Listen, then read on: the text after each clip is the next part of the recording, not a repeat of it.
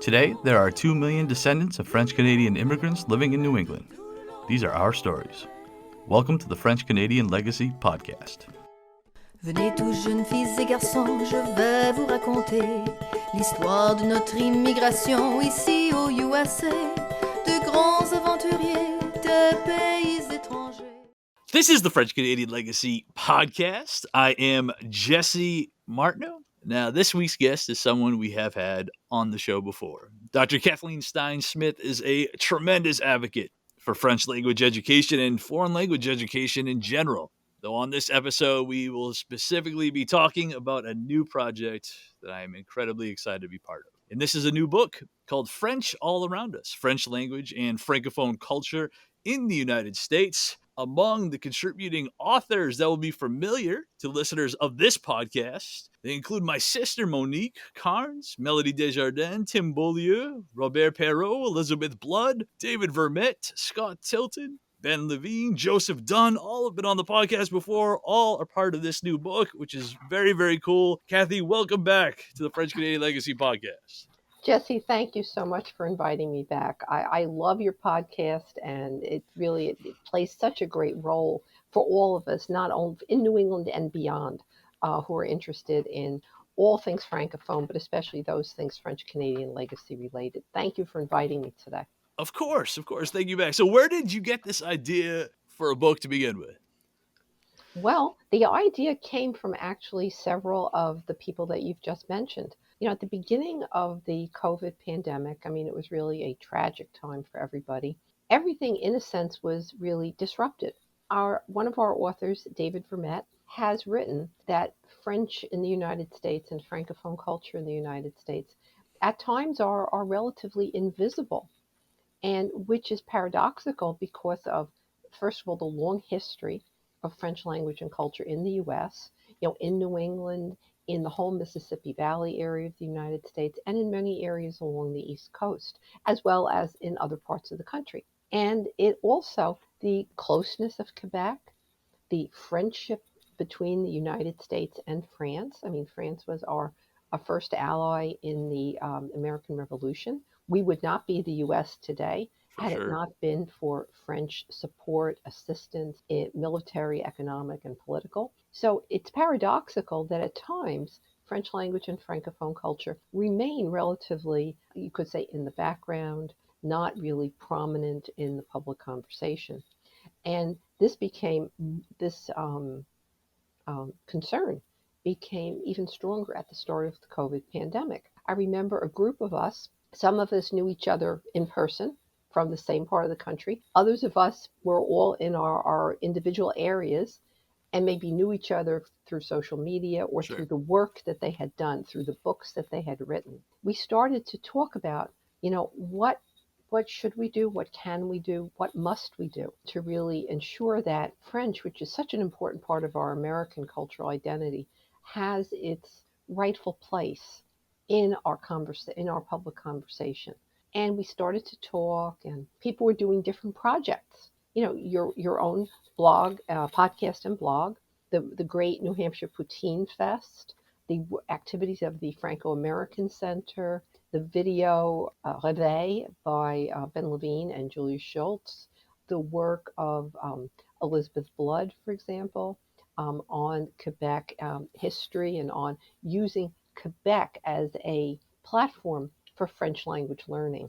All of these things were going on. And of course, the work of all of our authors in the other different parts of the country. David Vermette's book had recently been published. So we thought about it. What should we do? And we did blog posts. We did podcasts. You and Tim even did a podcast called The Poutine Challenge. Okay. And we did our best. And Mike is at the table. He was involved with filming some of that silliness as well. Of course. Last time I looked, that was far and away our most popular podcast. Awesome. But then we said, COVID continued, and the situation in the U.S. and around the world, continued to be disrupted in all kinds of ways. Tragically, health-wise, economically, travel-wise, all the rest. I know your own wonderful experience, your séjour in Quebec was even postponed by COVID. Sure was. And I'm so glad you did have the opportunity to go. See, Me too. Thank my you. beloved Chateau Frontenac looks over me as I speak. Absolutely. I miss it. And so this idea of a book came out of our conversations, our informal group. I mean, I think we were meeting about once a month and talking, what should we do? What can we do? How can we work together rather than each of us working in our own spot? And so the idea of putting out a call for authors, which we did in January of 2021, call for authors, and to write a chapter, tell your story, impact of French on your life, your family, your history, but then also what are you doing? What are the actions you're taking to support and promote French language and Francophone culture? And how do you see the future of all of this in the US? And it's important to talk about that because the book is just not about people who speak French. Sure.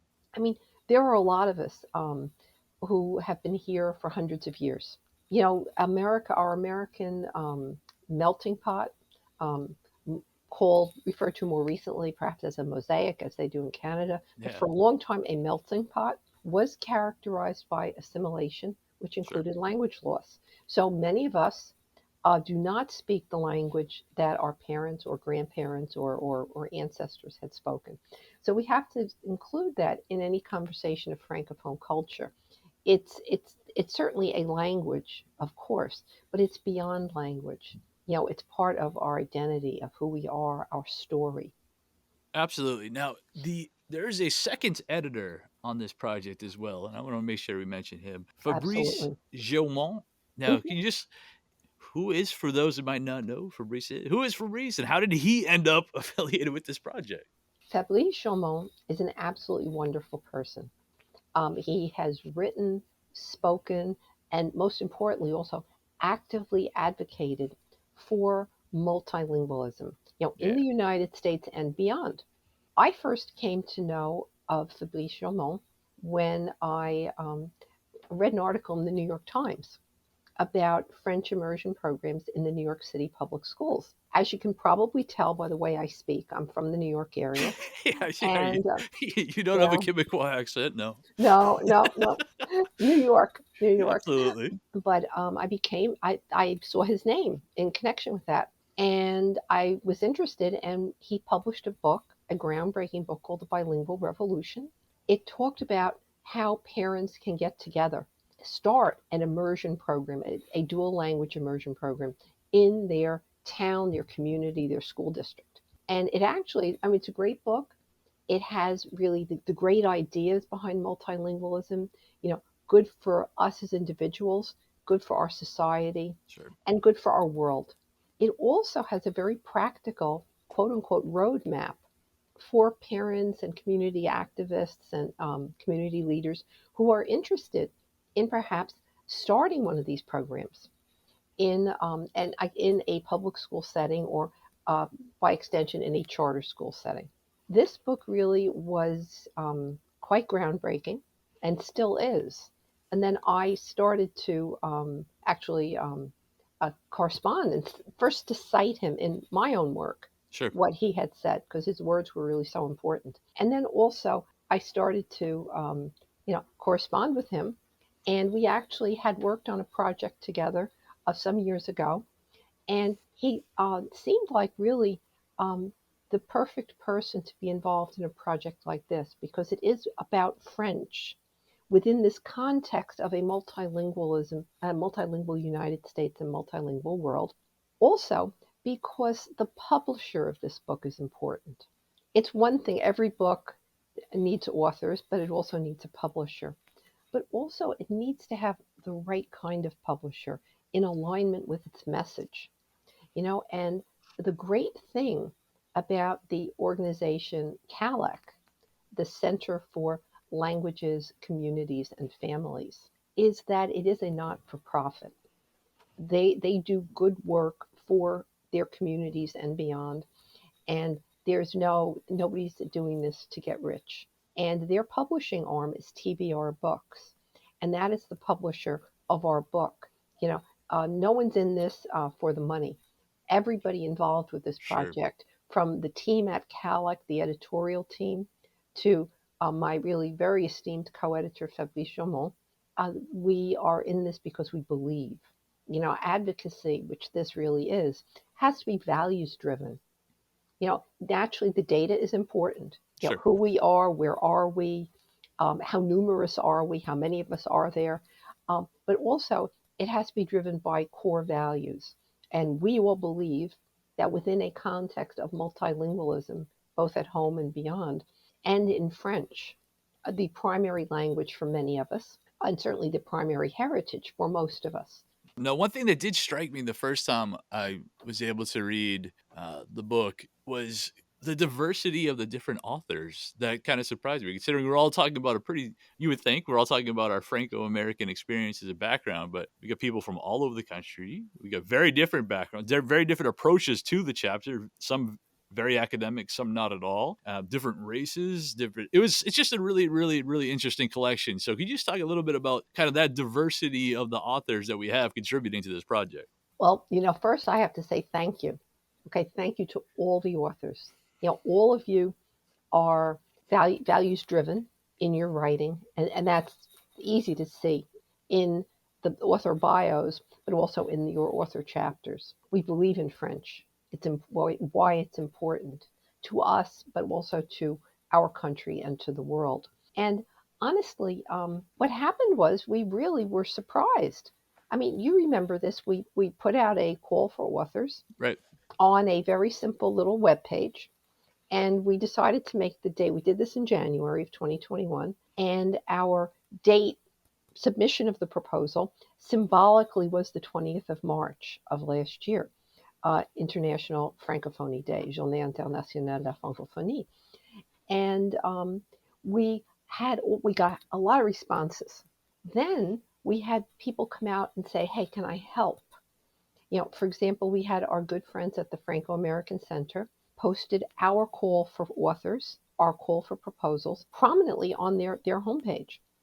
And we also had the wonderful people at the Délégation du Québec at Boston offer to post it. I believe they posted it out on Facebook for us. So we had friends helping us.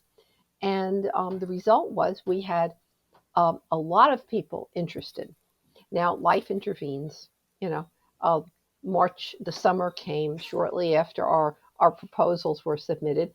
sure. Some people were not able to, for time, for family, for other commitments. Some people were not able to continue through that process. But we ended up with, I believe it's 21 or 22 chapters, AKA a couple of chapters, your own included.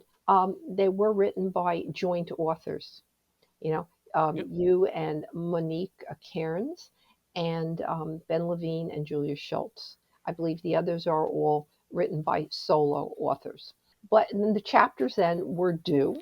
And then, of course, we became very excited because then the chapters were due. And it was going to the publisher. And there was going to be this whole editorial process. But, oh my gosh, or as I guess the kid would say, OMG, the ambassador of France graciously offered to write the preface to the book. Oh my gosh. Yeah, how did that come about? I'm not sure. I'm not sure. I'm sure it was through the good offices of CALEC and TBR Books. I had written to the consul in New York, Jérémy Robert, who has been a guest on our podcast and who is very supportive. I mean, he's out and about. He last Bastille Day, he was out in Central Park. I think he made an appearance in Jersey City. I mean, he's really out and about working for French language and culture in the New York metro area. And I had written to him, actually asking him, would he be able to help us, saying something about the book. Sure. And the next thing I knew, the ambassador, he said he had taken it, thought it was a great idea, and had taken it to the ambassador, and the ambassador was willing to do it. And all I could say is thank you, thank you, thank you, merci infiniment. Oh la la, okay. And then we were really additionally blessed. I mean, that was just wonderful. And the ambassador, Philippe Etienne, you have to actually, everybody who reads this book really has to read that preface. it is wonderful, and I am so grateful. And then we were blessed a second time. The ambassador to the UN of the Francophonie, of the International French Francophone Organization, Iphigenia Contaleontos, offered to say a few words in praise of our project, advance praise. I think that's the publisher's term for it. Yes. And closer to home, the Speaker of the House in the Maine legislature, Ryan Fecteau, who had been a guest on our podcast also, offered to say a few words also. And I mean, it was really, I mean, these people we asked and they supported us. So, I mean, that really adds a whole other dimension, I think, to the book. Sure. It's our stories, the stories of the authors. And I have to admit, Fabrice and I had written the introduction, and I just wrote a brief conclusion on advocacy, which is, people will say it's my passion. I will say it's a major interest of mine. But I just wrote the conclusion. The stories are yours. The stories are the stories of the authors of the book. What Fabrice and I did was really to support, to help in all the ways that we could, and different ways. Each one of us really played a different role. But the stories are yours, and I think this wonderful support coming from not only the government of France, the ambassador of France, the International Organization of the Francophonie, all right, founders of this International Francophone Day, and also a Franco-American from New England, political leader. I think it was wonderful that they were able to come out in support of us. It really support for the authors. It was incredibly exciting. We've had Speaker Facto on the podcast as well, and that's a gentleman who's got an incredibly bright future, and he is very, very passionate about the same kind of things we're very passionate about, or interested in, I guess, in your case, right? You have a big interest in your case. But no, I mean, to me, it's really, really neat because you read through the book, and obviously there's those, like, myself and my sister whose background comes from, the family heritage in Quebec, but you also have the Cajun or Creole story as well. You have people coming from the African immigrant backgrounds and telling their story. You have Native American background, and you hear some of that story, which is all, it was really, really cool to just see this all kind of put together. And I guess my next question, you have all these different contributing authors with various backgrounds. Like I said, some are super, like, very academic, some are not at all. How did you decide what order you were going to structure all of these together? My initial idea was that it should be an alphabetical listing. Fair is fair. Yep. And that way, no one person was really given prominence. Everybody was equally prominent. It was an alphabetical listing. Now, during the editorial process, it became more and more apparent that people were also speaking from really very different regional perspectives. Now, for example, my regional perspective, I'm in the New York area, and my education was in the US and Quebec. I was blessed to earn my bac spécialisé and my maîtrise at Université Laval in Quebec. Lived there for the entire time that I was doing all of that, Sure. for years. And I was lucky that it was the period following the Révolution Tranquille. So language and bilingualism was front and center. The importance of French was front and center. I've taken that with me, like, through my professional career, using language basically as a tool, or my languages, to help people. Okay. Sure. But how did we think about this? The regional perspective, became more and more important. So it was decided, and that was a decision of the entire editorial team, to divide out the authors by the region, starting with the global, and then each specific region in the United States. And within those sections, to list the authors alphabetically. There was no intention at any moment in the process to give any more attention or credit or to spotlight one author above the other, because the stories are all great. They're wonderful. They're heartfelt. They're personal, or they're academic and historical, but equally sure. great. No, absolutely. Yeah, no, I very much liked the way that it ended up being structured. One thing I do want to talk about is that this has gotten some media attention in various publications already, and so I would definitely like to give you an opportunity to kind of let people know who has written about this already, where they can find that. It's been really, really cool. Well, obviously, we have to thank Kellogg and TBR Books. They had our book in pre-order and in pre-publication for really a while. Back in the fall, they already had the cover ready to go. I remember the authors all saw the different versions of the Yeah. covers. There Yep. was a poll. Yeah. It was very democratic. Okay, so they've had that going for a while. So people who are looking in their book catalog would have seen that. And then more recently, it was really great. I had actually an email from the web editor at France Amérique magazine.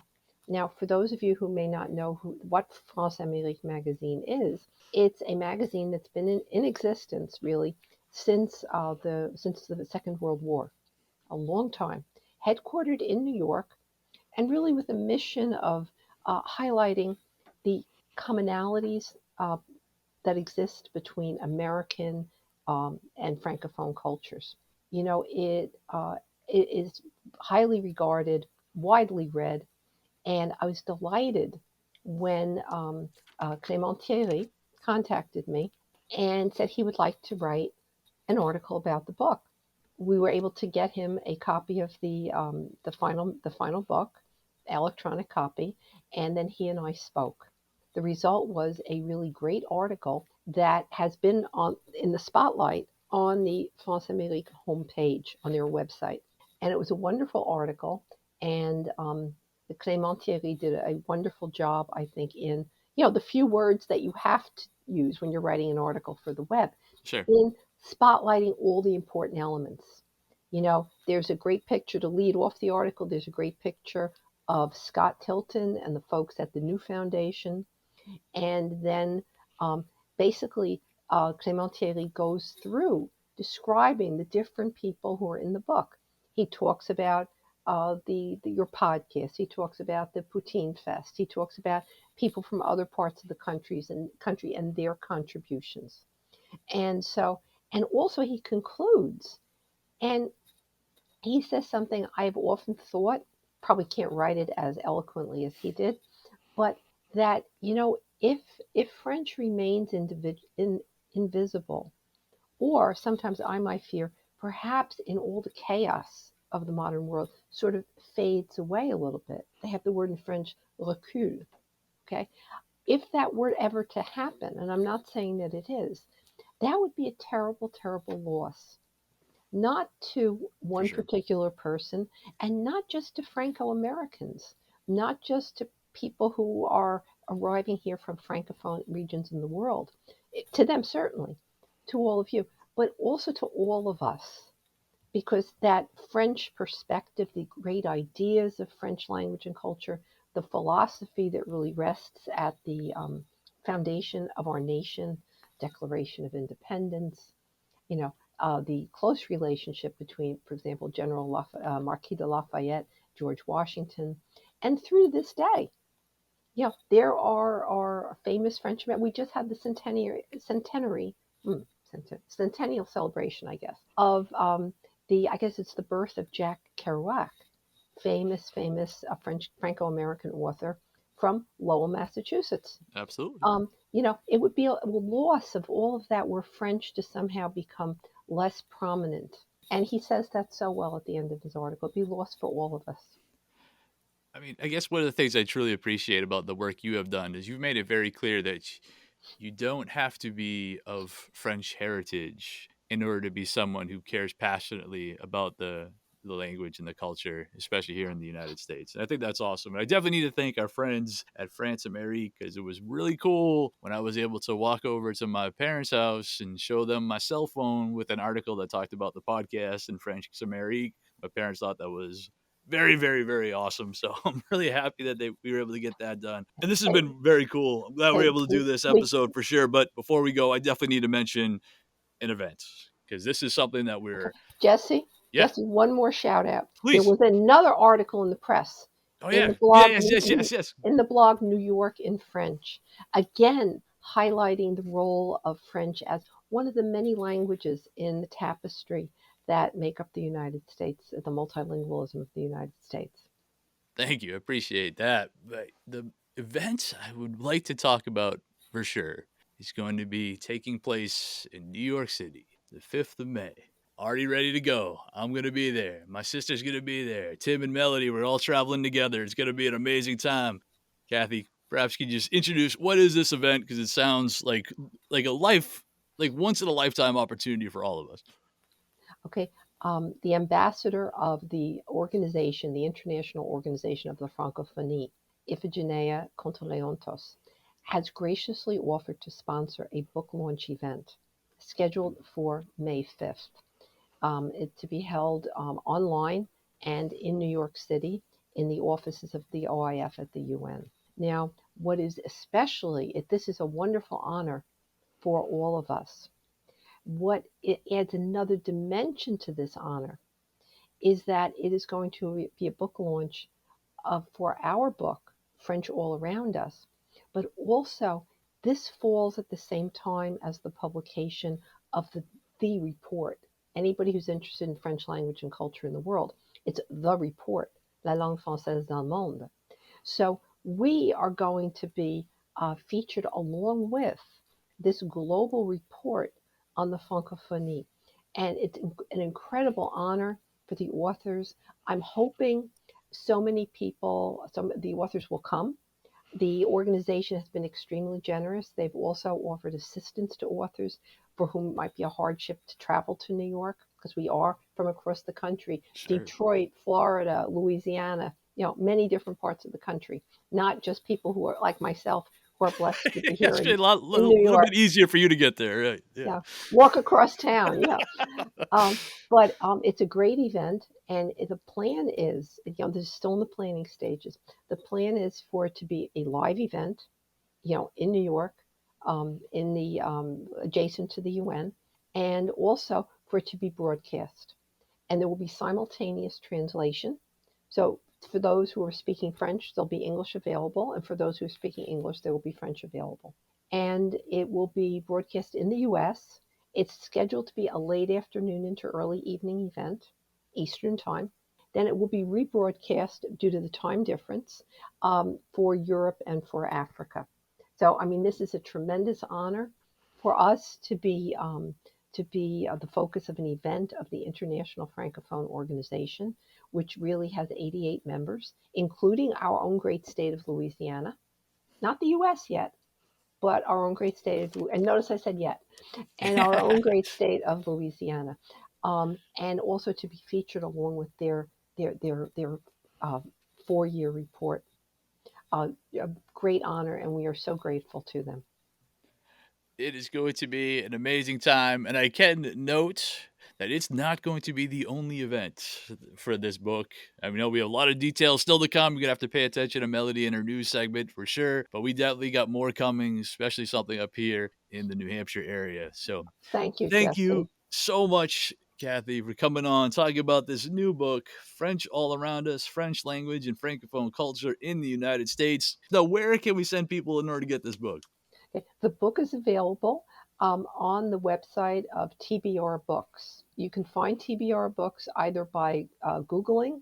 If you don't have the website, Google CALEC, CALEC, and they will link to TBR Books, or you can go to TBR, to be read, books directly, and you'll find the catalog, the ordering information.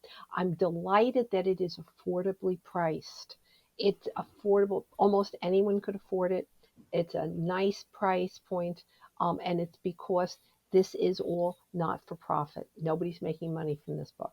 So it's everybody can have it. Everybody who wants it can have it. That's awesome. We'll definitely make sure to link it in the description for this Thank episode you. as well. Awesome. Is there anything else you wanted to plug before we go? Jesse, I really want to plug all the wonderful work that the New Englanders and the Franco-Americans are doing for French language and Francophone culture. I'm probably the only person associated with the book who is not of French heritage. But I applaud you all for the work that you do. And thank Well, you, Mike, for all the tech assistance today. well, thank you, Kathy, for joining us. And obviously, the work you have done is paid off huge, as we now have opportunities that none of us could have ever imagined when we got started in pursuing Franco-American organizations. So, thank you so much. This is very cool. Thank you, Jesse, for the opportunity. Now our fathers look at us and sigh with despair, to think that everything they love we simply do not share. But the spirit never dies, our culture will survive. Each of us must choose how much to keep alive. Each of us must choose how much to keep alive.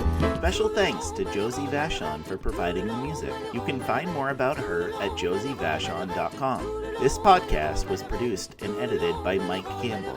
If you have any questions or comments, please email us at fclpodcast@gmail.com. You can also follow us on Facebook, Twitter, and Instagram at FCL Podcast for more information about the topics discussed. If you enjoyed the show, please subscribe and leave us a review on iTunes or wherever you listen to this episode.